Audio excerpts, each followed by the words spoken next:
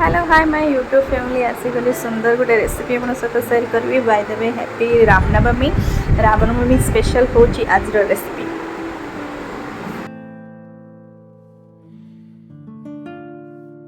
आज Ramnavami special recipe होची custard. आपण माने कस्टर्ड तो बहुत टाइप रो बने खाइथिबे तो एटा होची मो स्टाइल कस्टर्ड होची कटोरी कस्टर्ड माने एटा की यूनिक स्टाइल कस्टर्ड तो कस्टर्ड आउटे की कटोरी स्टाइल।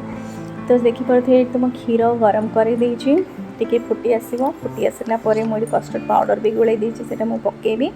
प्रथमे क्षीर फुटी आसला परे मु ताइरे चीनी ऐड करबी। आपण माने सुगर फ्री चीनी ऐड कर परबे कि सेटा आपन ऑप्शनल आपण जहां भी यूज कर परबे।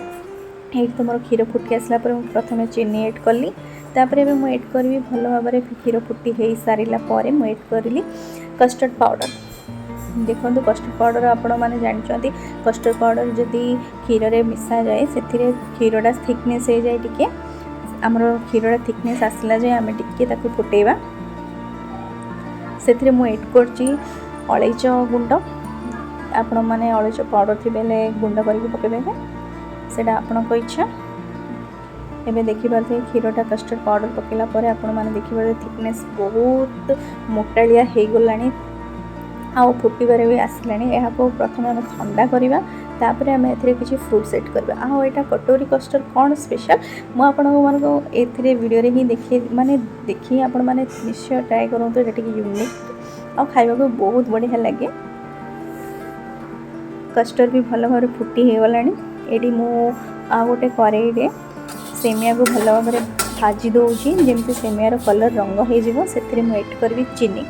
सेमियाटा भल भाव रंग हो सारापर आपण मैंने चीनी ऐड करेंगे। चीनीटा तो आपण मैंने जानते तातुव मैंने मेल्ट हो सेमिया सहित पूरा स्टिकी स्टिकी लगे तापर आम या कटोरी कस्टर्ड कटोरीटा आम केमी बनाऊँ आप सहित सेयर करुँची। देखो यहाँ तो सेमिया रेडी हो गलानी पूरा रंग हो जाए चीनी भी बढ़िया भाव मेल्ट होती। आउ गोटे गिन्नारे आपण मैंने से जो सेमिया को आणवे भल भाव प्रेस करके कटोरी शेप देवे कटोरी शेप देवे। आउ आम जमी देखिथे कस्टर्ड आम कस्टर्ड बनई रखी से आम फ्रुट्स ऐड करुचे आपड़ चाहिए आउ बहुत प्रकार फ्रुट्स भी ऐड करें मु जहाँ थी मुझे सब ऐड कर देखा तो बहुत सुंदर लगुच कस्टर्डटा।